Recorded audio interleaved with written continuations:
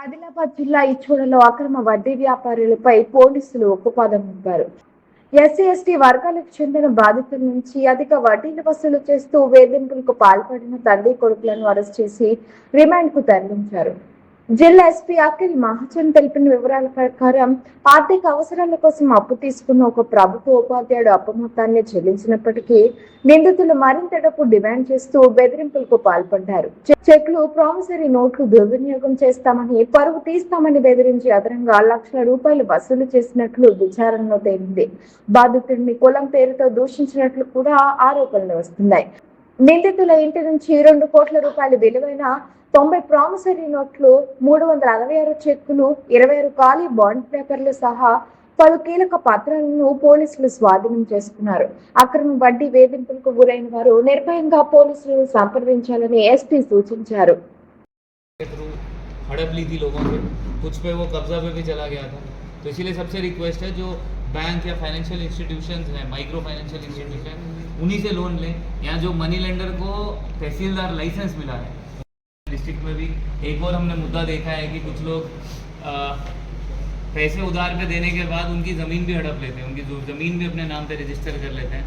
जैनथ, भीमपुर, तलमड़गू, ऐसी चेकबुक्स, उनकी साइन की हुई चेकबुक्स अपने पास रख के उससे पैसे विड्रॉ करते हैं। तो एक आदमी, यही देवराव ही है शायद, उसने 4 लाख रुपए इनसे लोन लिया। 10-20 టీచర్స్ ఆదివాసీస్ ఎక్కువ బోండ్ కమ్యూనిటీ వాళ్ళు, ఆ టీచర్స్ వచ్చి కంప్లైంట్ చేశారు. అటు ఒక పర్సన్ బాగానే హరాస్ చేస్తున్నారు. వాళ్ళ ఇట్లయిన చెక్ బుక్స్ అతను ఉంచుకున్నారు. ఆ చెక్ బుక్ మళ్ళీ అతను అన్ని సైన్ చేసి, ఇప్పుడు దేవరావుది సైన్ ఉన్నాయి. ఒక వాళ్ళది స్టేట్మెంట్ కూడా తీసుకొచ్చారు. ఆ స్టేట్మెంట్ చూస్తే ఏంటి అంటే దానిలో 4 lakhs ఇతను టీచర్ తీసుకున్నారు. ఏ రోజు శాలరీ పడుతుంది అదే రోజు ఇతను చెక్ అతను అకౌంట్కి, ఎవరైనా అక్యూజ్ ఉపేందర్ ఉన్నారు అండ్ వెంకటరమణ ఉన్నారు, అదే రోజు ఇతను అకౌంట్కి పోతుంది. దాదాపు 26 lakh రూపీస్ ఒక 1.5 yearలో ఒక్క పర్సన్ నుంచి ఇట్లా ఇతను తీసుకున్నారు.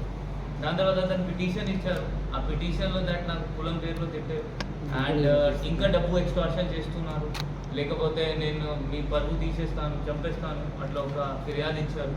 ఆ ఫిర్యాదు బేస్ చేసి కేసు నమోదు చేయడం జరిగింది. డిఎస్పీ అండ్ సిఐ ఆధ్వర్యంలో ఒక టీం వాళ్ళ హౌస్ సెర్చ్ చేస్తే ఈ అన్ని ఐటమ్స్ వాళ్ళ దగ్గర దొరికినాయి. దానిలో దాదాపు మనం చూస్తే దాదాపు 2 crores వర్త్ ప్రామిసరీ నోట్స్ కొంత మ్యాక్సిమం టీచర్స్ది మనకి దొరికినాయి. దాదాపు 48 మెంబర్స్ విక్టిమ్స్ ఇప్పటివరకు మనం ఐడెంటిఫై చేయగలము. ఇంకా కూడా చాలామంది ఉండొచ్చు, బట్ 48 అంటే మనకి డాక్యుమెంట్స్ దొరికింది. ఇట్లా 3-4 చెక్ బుక్స్, ఈ 2 అయితే మొత్తం వాడుకున్నారు, 0 అయినాయి, ఈ ఫినిష్ అయినాయి చెక్ బుక్. ఈ కొత్తగా కూడా వాళ్ళ సైన్ చేసి ఉన్నాయి. ఇంకొక ఇతను ఏం చేస్తున్నారంటే, ఈ ఒక పర్సన్ 2 lakhs తీసుకుంటే దాన్ని 3 చేస్తున్నారు. సో దట్ ఆ రోజు కాదు, ఆ రోజు 2 lakhs రాస్తున్నారు, తర్వాత 3 చేసేస్తున్నారు. అది క్వైట్ విజిబుల్ ఉంది. అందువల్ల ఫార్జరీ సెక్షన్ కూడా దీనిలో పెట్టడం జరిగింది. అందువల్ల ఫార్జరీ సెక్షన్ వల్ల అయితే ఇప్పుడు మనం అరెస్ట్ కూడా మెజిస్ట్రేట్ ముందు కూడా ప్రొడ్యూస్ చేస్తాము.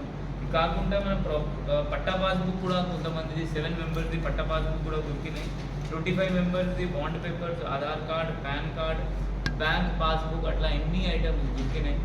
సో మన మెయిన్ ఉద్దేశం ఇప్పుడు ప్రెస్ మీట్ పెట్టడం ఏంటి అంటే, ఇప్పుడు మనం జనరల్గా ఎవరైనా ఈ వడ్డీ వ్యాపారం మనీ తహసీల్దార్ లైసెన్స్ లేకుండా చేస్తున్నారంటే వాళ్ళపైన ఆల్రెడీ మనం బాగానే కేసెస్ చేసాము.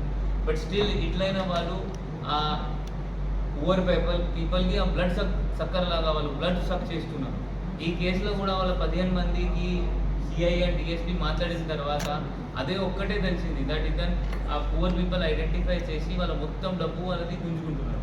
ఇంకొక ఇష్యూ దీనిలో ముందు వచ్చింది, ఒక విఆర్ఓ ఉన్నారు. విఆర్ఓకి నేను మీకు ల్యాండ్ అమ్ముతాను, మీ ల్యాండ్ నేను అమ్ముతాను, నా ల్యాండ్ అమ్ముతాను, అతని నుంచి డబ్బు తీసుకున్నారు.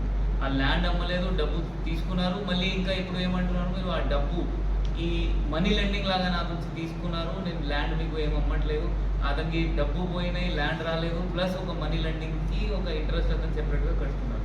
ఇట్లా చాలామంది ఉన్నారు. ఇంకా కూడా చాలామంది వీళ్ళకి విక్టిమ్స్ ఉండొచ్చు, చాలామంది ఉండొచ్చు. సో అందరికీ అదే మళ్ళీ త్వరగా ఎవరైనా ఈ వెంకటరమణకి మరియు ఉపేందర్కి విక్టిమ్స్ ఉన్నారంటే త్వరగా మీరు పోలీస్ స్టేషన్ కంప్లైంట్ చేయండి. మనం కన్సర్న్ సెక్షన్స్లో, మనీ లెండింగ్ సెక్షన్స్లో వీళ్ళపైన కేసు నమోదు.